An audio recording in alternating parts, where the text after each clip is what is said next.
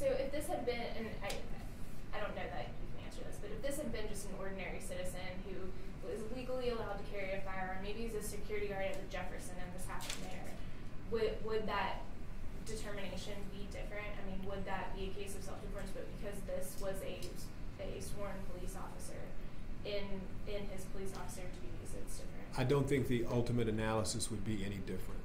Whether we would call it self-defense or not, I don't know, but it's probably easier for most folks to think of it in terms of self-defense than use of lethal force when faced with an imminent threat. Mike, where does this go from here? Obviously, you guys are done with it. Does this go back to the police departments? They do their administrative functions? And I think so. I think the police department is continuing to do its administrative functions. I really do, erect a wall, and what happens with them administrative, I don't even ask about.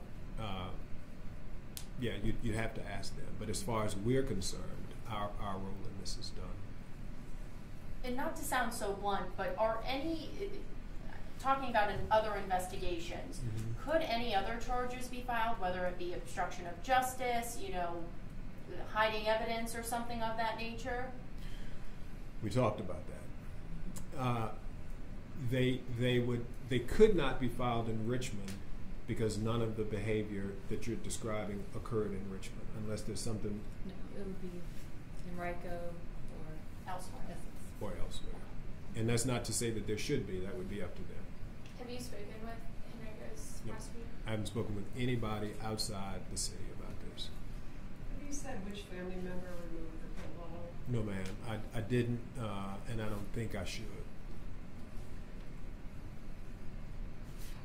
The footage, you mentioned in the list of things that you investigated, you mentioned surveillance footage from Essex High School. Did that reveal the same erratic behavior that we saw later at the Jefferson and on I-95? The Essex High School footage that I viewed, did not show him acting erratically. However, there was a witness that police spoke to at the high school who indicated that he observed erratic behavior that day, but that was not seen on the video surveillance. Could you characterize that erratic behavior in any way? Describe it as what he was doing that was strange? Well, he simply indicates that he was pacing back and forth in an area of the school that was, I think, uncommon for him to be in. So he was just pacing around as if he was lost, or that he had lost something, or was looking for something. So that's how he described it. I know initially there were some discussions and concerns about the use of the taser and whether that fired properly or not. Can you speak to that at all? It's not uncommon for taser barbs to miss. There was nothing about his deployment of the taser that I found improper.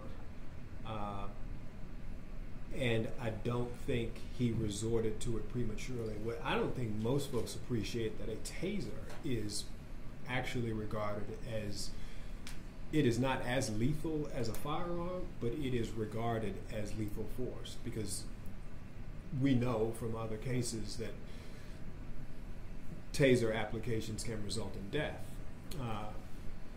And so in this case, I think what it demonstrated was the officer trying to follow what they call this continuum of force, commands. There was no opportunity for a safe hand-to-hand exchange, and so the taser was the next line in the continuum, resulting in the firearm.